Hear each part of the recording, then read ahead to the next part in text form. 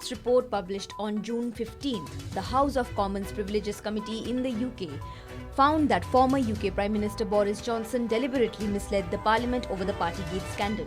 The committee said that it would have recommended a 90-day suspension for the former Prime Minister, but given the damning findings of the report, he should not be granted a former member's pass. The 30,000-word document found that the former Tory leader committed multiple contempt of Parliament, breached confidence and impugned the committee and the democratic process of the House. The report found Johnson complicit in the campaign of abuse and attempted intimidation of the committee.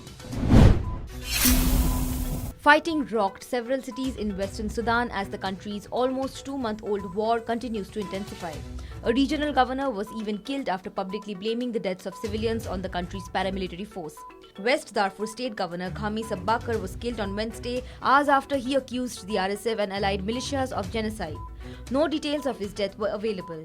Two government sources said that the RSF was responsible.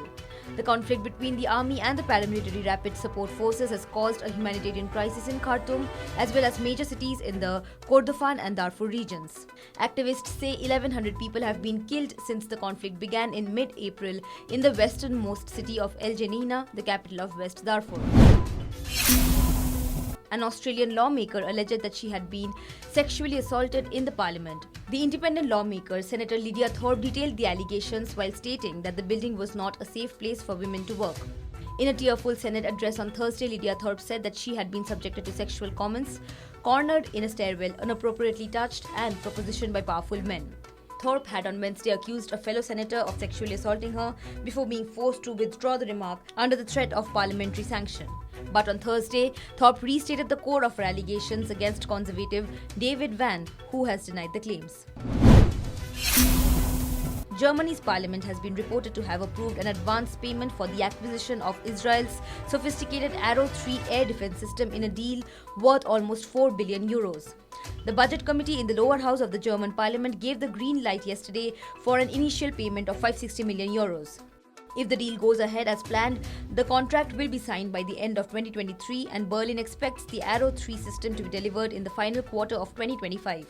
The initial payment is intended to set up manufacturing and production in Israel.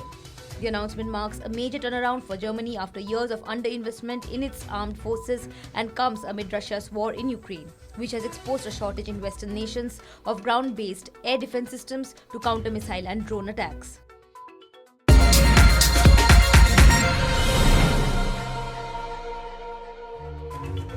Subscribe to Oneindia channel and never miss an update.